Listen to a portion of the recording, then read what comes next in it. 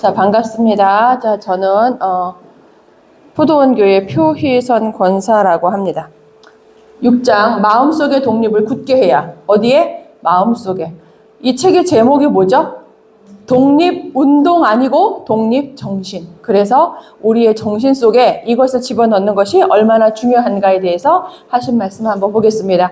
계속 강조하셨죠. 이 나라는 뭐다? 배다. 근데 배가 태풍을 만나서 막 위험하고 있는데 나는 관계없어. 나는 안 빠져 죽을 거야 라고 한다면, 그래서 윗사람들만 유태하고 아랫 백성들은 상관이 없다? 정치하는 사람들 알아서 하지 나는 몰라 라고 했을 경우에, 그러면 무심히 앉아서 돕지 아니하고 편안히 건너가기를 바라겠는가라는 질문을 하고 계세요.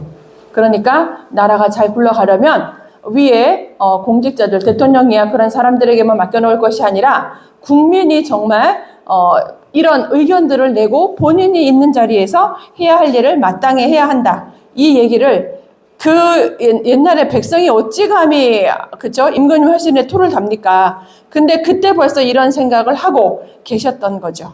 그래서 가장 걱정하는 바가 무엇이다? 어떻게 말씀하시냐면, 인민의 마음속에 독립이라는 두 글자가 없는 것, 이것이 가장 내가 걱정하는 바다라고 말씀을 하고 계세요. 왜? 아래로부터의 혁명이 진정한 혁명 아니겠습니까? 자, 단 한 사람이라도 살아있으면 대한독립을 지키리라 하는 마음만 굳다면 오늘날 독립국이라는 이름이 없은들 무엇이 걱정이며 세계 만국이 우리를 능멸하기로 무엇이 두렵겠는가라는 말씀을 하고 계세요. 그 당시 우리는 문의는 독립국이었어요. 그러나 외세의 침탈이 굉장히 심각했었던, 정말 혼란스러웠던, 우리 집 마당에 5만 사람 다 왔다 갔다 하는 그런 상황이었거든요. 그때 이 이승만 대통령께서 하신 말씀은 우리 마음속에 독립만 굳게 하고 있다면 지금의 이 상황 얼마든지 헤쳐나갈 수 있다라고 이야기를 하신 거겠죠. 제가 그것과 관련된 것에 성경이 뭐라고 말씀하고 계십니까? 두 구절이에요. 다 같이 한번 읽어볼까요? 시작. 사람의 심령은 그의 병을 능히 이기려니와 심령이 상하면 그것을 누가 일으키겠느냐. 두 번째, 모든 지킬 만한 것 중에 더욱 내 마음을 지키라. 생명의 근원이 이에서 남이니라. 네, 성경에서도 이렇게 마음을 강조하세요. 자, 핸드폰 다 내려놓으시고 좀 엎어주세요. 자, 핸드폰 내려놓으시고 잠깐 집중을 좀 해주시면 좋겠습니다. 그래서 우리의 마음 가운데 굳게 해야 되는 것들이 있는 거죠. 독립이라는 것, 내가 내 자리에서 나만 잘하면 돼. 그러니까는 그렇죠. 여기 너 좀 잘해봐가 아니에요. 모든 사람이 각자 나만 잘하면 돼. 그렇죠? 그러면 모두가 다 잘하게 됩니다. 그래서 우리의 마음 가운데 이런 것들을 품는 게 얼마나 중요한 것인가.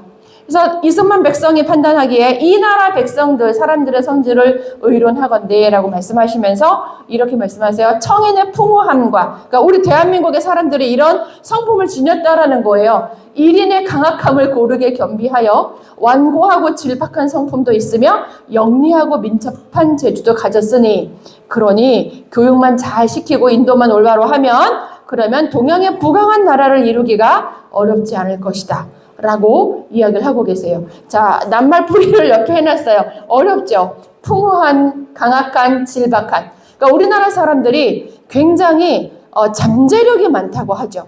그 잠재력을 잘 교육시켜서 올바른 방향으로 이끌어만 내면 정말 서양의 그 강대국 안 부러워. 우리가 바로 동양의 부강한 나라가 될 거야 라는 꿈을 갖고 있었다라는 거죠.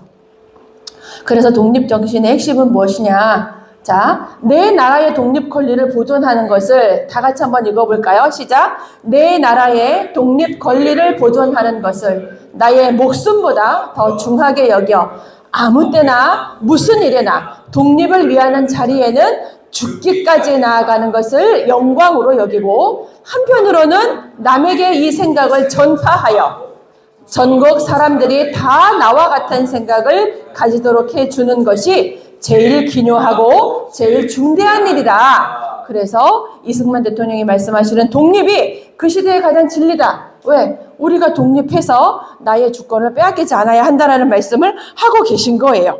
자, 이것이 바로 6장, 엄마야 내가 줄을 밟았다. 예, 자, 6장의 핵심이었습니다. 자, 그 다음 나오는 7장과 8장, 9장까지, 오늘이 10장까지인데요. 7장, 8장 뒤에 보면 공법은 무엇이냐, 독립국은 무엇이냐, 중립국은 무엇이냐, 그런 개념을 말씀하고 있거든요. 그래서 청미. 네. 막간을 이용해서 그럼 준비하는 동안에 바로 되나요? 곧. 여러분, 대한민국이 무슨 나라죠? 정확하게 자유민주주의 뭐요? 그렇지, 공화국. 공화국이 뭐예요? 공화국이. 자, 쉽게 얘기하면은 삼권 분립이 이렇게 보장이 되는 나라예요. 입법부와 사법부와 행정부가 서로 견제와 균형을 하면서 나라를 올바로 이끌어 가야 된다는 거거든요. 그런데 그러면 보세요. 입법부는 무슨 권리를 가지고 무슨 권한을 가지고 있죠? 법을 세워요. 제가 다음 주 강의랑도 연결이 되지만 사법부는 뭐 합니까?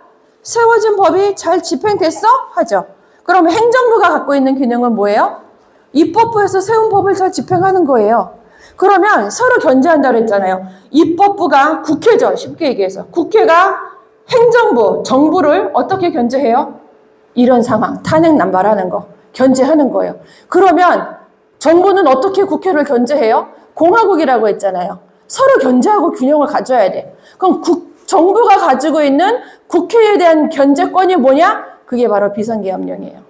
그러면 국회가 갖고 있는 권한을 가지고 막 탄핵 남발했어? 너무 심해서 정부가 막 식물 정부가 됐어? 에라 정부가 국회도 견제하자! 계엄령 발동한 거야. 이게 뭐야? 우리나라의 이 공화국으로서의 정체성이 잘 발동되고 있다. 이거인 거예요. 그런데 너가 감히 국회를 견제해? 그럼 너 내란이야. 이게 잘못된 거죠. 그러니까 여러분이 기독교인은 무식하면 안 돼요. 이걸 알고서 주위에서 얘기하는 사람들한테 얘기를 할 수 있어야 돼. 너 공화국이 뭔지 알아? 너 국회에서 탄핵을 하면 정부에서는 그걸 어떻게 견제하는 건지 알아? 그게 계엄령이야. 계엄령을 발동했다는 자체가 내란이라면 법에 대통령의 계엄권을 왜 거기다 적시해놨어? 발동하는 자체가 위법이면 그렇잖아요. 발동하는 자체가 위법이 될 수 없다라는 것을 여러분이 아셔야 됩니다.